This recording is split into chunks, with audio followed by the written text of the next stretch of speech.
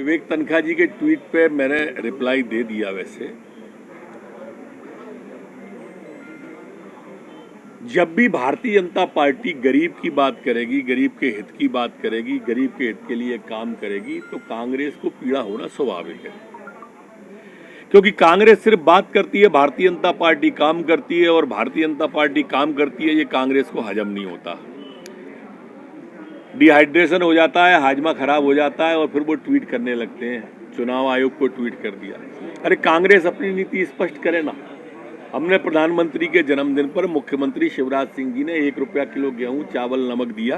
कांग्रेस कहे कि गरीब को नहीं मिलना चाहिए, ऐसे बोले हो। अगर हम दूध दे रहे हैं आंगनबाड़ी पर, फल दे रहे हैं, तो वो मना करे कि नहीं देना चाहिए। क्यों नहीं मना करते? कहीं चुनाव आयोग का बहाना, कभी ईवीएम का बहाना, कभी न्यायपालिका का बहाना। इनके पास में इसके अलावा कुछ है ही नहीं। फील्ड में जाना नहीं है और कुछ करना नहीं है।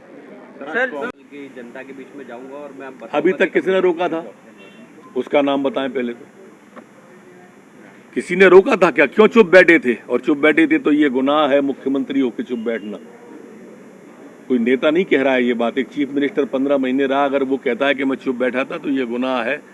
इसका हकदार कौन है ये भी बताएं। सर पेरोल बढ़ाई, शासकीय गाड़ी, पुलिस की गाड़ी का उपयोग किया, निर्वाचन ने उसका जवाब मांगा कि आखिर क्यों उपयोग किया? नहीं, निर्वाचन कैसे जवाब मांगेगा? कोई जवाब? आचार संहिता लगी है क्या? एक बात।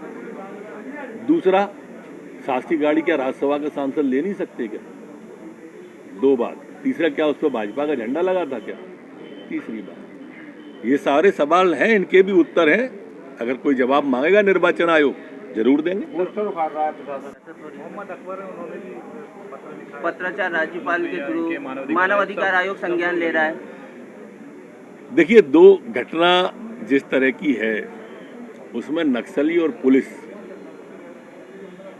इन दोनों के बीच की मुठभेड़ का मामला है। मौत कोई भी हो दुखद होती है, कैसे भी हो दुखद होती है, पीड़ादायक होती है। जांच का विषय वो है, क्योंकि वो नक्सली की गोली से मरा या पुलिस की से, ये तो अज्ञात है, लेकिन ये सच है कि मरा है। और इसलिए उसकी उस समय मस्टियल जांच की बात की, और अब उसके लिए सीआईडी जांच के भी आदेश कर दिए गए, जो विधायकों ने हमारे ने मांग की थी उसके आधार पर। और जांच में जो भी विषय आएगा, जो भी दोषी पाया जाएगा, वो दंडित होगा, कोई नहीं बचेगा। कम से कम इस पर राजनीति न हो, ये प्रार्थना। सर ग्वालियर में तो जो है 15 घोषित हो गए, विरोध भी हो रहा है, लग रहा है कि बदलाव भी होगा ना।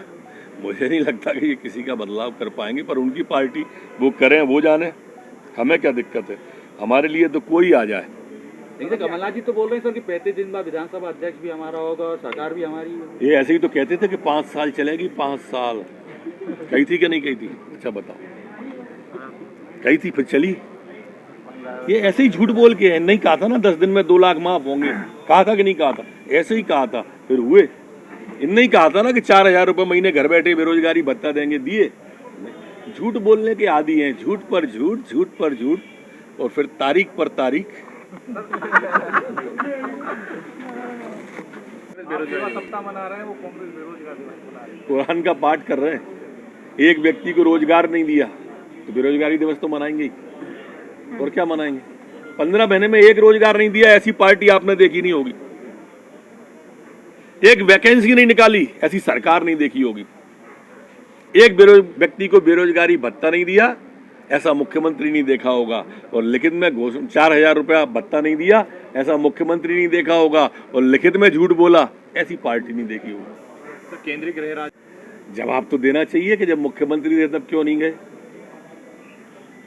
ये कमलनाथ जी हैं, ये सिर्फ वोट मांगने ही जाते हैं, वोट मांगने के बाद चले जाते हैं।